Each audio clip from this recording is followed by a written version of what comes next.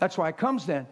I got a vision a long time ago. I don't talk about it much. I think I should talk about it every week where I travel, but I don't talk about it much, but it's in my heart today. I'm going to share it. It wasn't an open vision. I had my eyes closed. I've only ever had 3 open visions with my eyes open. They're fascinating. You think you're ready for that stuff or want that stuff, but it wrecks you and you're a mess in a moment. But this was a vision with my eyes closed. Y'all know what I mean? You just get a little vision, you're praying. I was in my bedroom, I was praying, and I had my eyes closed and I was worshiping the Lord, and this vision, and I didn't dare open my eyes because I thought, it's funny how you figure you open your eyes, you step out of the vision. I just stopped singing. Music's playing on repeat. I would play the same song 1,000 times over. It never gets old. From 95 to probably 98, when I was in my bedroom, you were going to hear Jesus, Friend Forever from Delirious. What a friend I found, closer than, yeah. And it would just play and play, and I would sob and cry and sit on my bed. I'd laugh. I don't know what was happening, but he was good and I was changing. I'm in my bedroom, I'm praying. And I'm praying for our community. I'm praying, I'm interceding. I was in the season of intercession for the church, my city, the nations, America, and it was an overwhelming season. I had a spirit of intercession and prayer put on me where some of my friends thought something was wrong with me. My pastors would sit me down and say, are you okay? You don't seem... I said, look, I'm not fighting this. It comes on me and I can't do nothing about it. It would come on me and I would cry supernatural tears, like cry deeper, more, longer than I even knew was humanly possible. And it felt like I was dying inside. And sometimes all I could do is wrench and cry and just say a word or two. And it would come on me, and I just had to run and get in the room, and I'd fall on the carpet. And it lasted for a whole year. And one day it just lifted. It didn't come, and well, I finished praying that day when it lifted and didn't come anymore. It just lifted, and he said, your prayers and your tears have wrung the heavens, and heaven is responding. And then that supernatural impulse never came. Now, I'm still called to pray and intercede, but that was a supernatural season. Well, I was in that season, and I was in my bedroom praying, had my eyes closed, and I was standing. I can still see where I was. I was at the end of my bed, facing the headboard, and I'm praying like this. I got my Jesus Friend Forever right behind me, just good old playing over and over and over. And I'm praying, and this vision just opens up. And it looked like a mine shaft. It was like an underground corridor. And it had like oil lamps hanging all over the walls, and they were burning, and you could see like rock. It looked like tunnels, almost like where they talk about, like you see any pictures of the terrorist groups and stuff like in the Middle East where they have these things today actually dug out. It kind of looked like that. And I could hear all this gnarly, nasty murmuring, and it was bad stuff. I could hear it. And I went, whoa.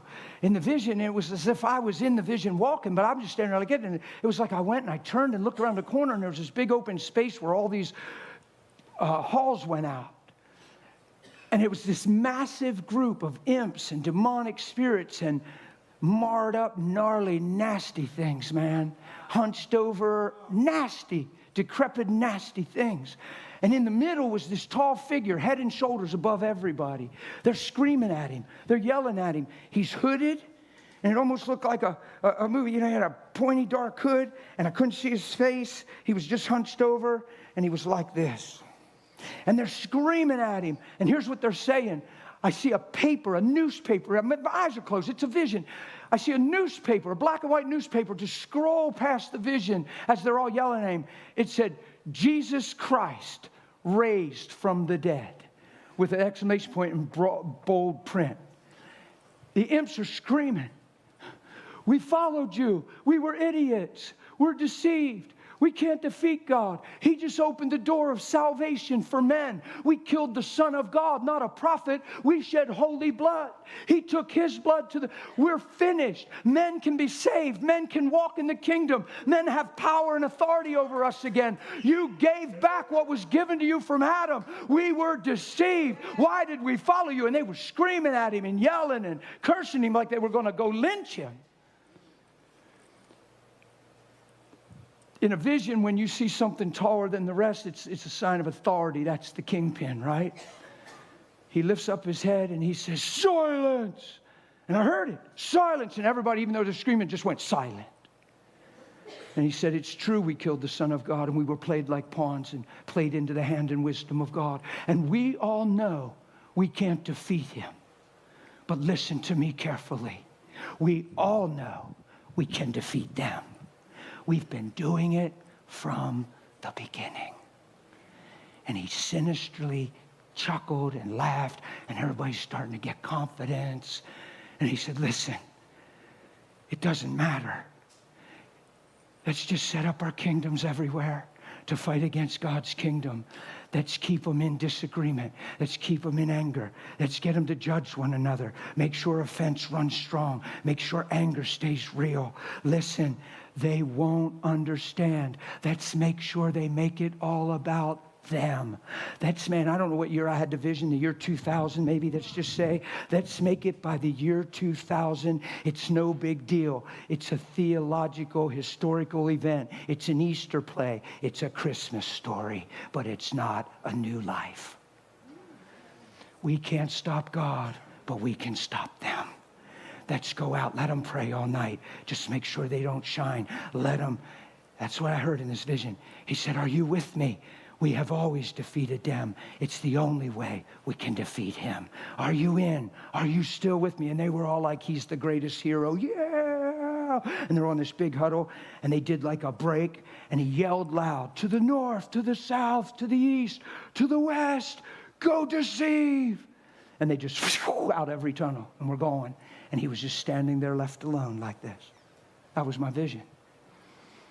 And I opened my eyes and lost it.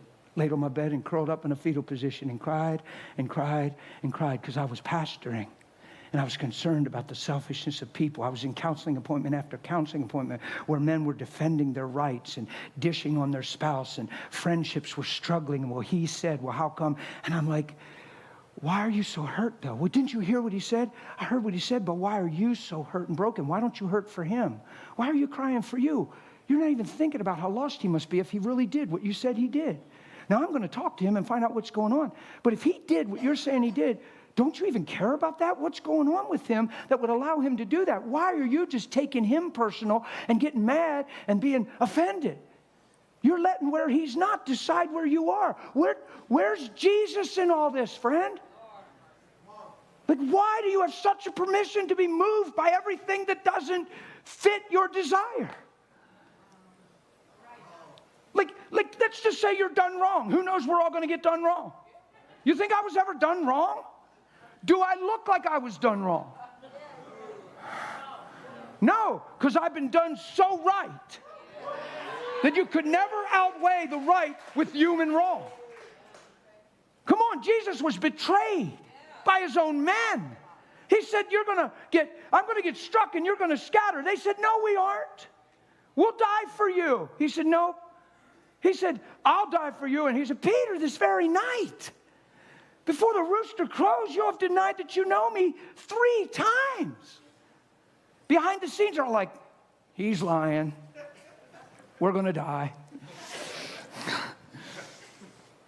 Till he got struck and they all scattered.